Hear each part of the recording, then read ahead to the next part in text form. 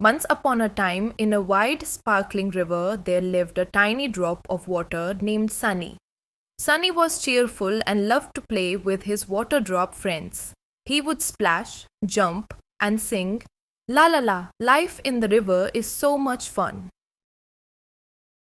One bright morning, the sun shone hot and strong above the river. Sunny felt something strange. Hey, what's happening? I feel so light, he said. The sun smiled and whispered, Come up, little drop, it's time for your journey. Slowly, Sunny rose up from the river into the air. Oh, I'm flying, Sunny shouted with excitement. This part of his adventure was called evaporation. High in the sky, Sunny looked around and saw many other drops joining him.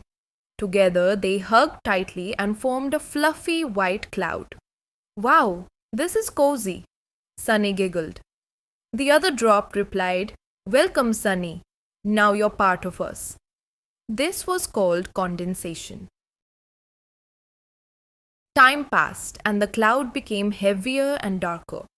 The drops were packed so tightly that they could hardly move.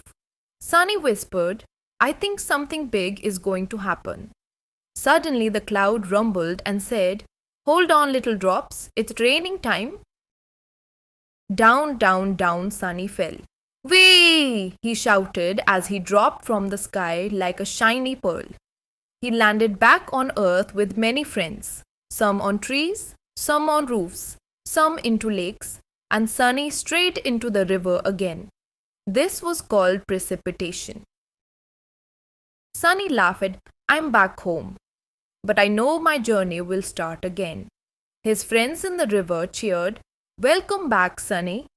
Sunny looked up at the sky and thought, The sun will lift me again, I will join the clouds again, and I will fall as rain again. And so, Sunny's adventure never ended. He kept moving in a circle, from river to sky to clouds to rain and back to river. Water is precious and it is always moving around the earth.